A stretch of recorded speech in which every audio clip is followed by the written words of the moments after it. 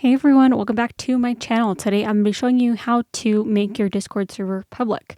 So I am here in the server that I want to make public, and I'm up here in the top right corner. I'm going to click the down caret next to the server name.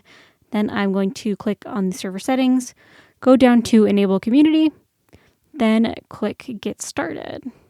Okay, so now we have to go through all the different safety checks. So I'm going to require everyone that they have a verified email, and then also have an explicit media filter on. I'm going to hit next to create a rules and guidelines channel. I'm going to create one, as well as the community updates. Create one for me as well, or you could choose from a list of already created ones. I'm going to hit next, and then we're going to do the finishing touches, which is just all the safe settings and the things that are currently disabled. I'm going to click agree and understand, then finish setup. All right, now this community is public, so we can go ahead and set up all the different things for our public server, which include different onboardings as well as welcome screenings. But that is how you go ahead and start the process of making your server public.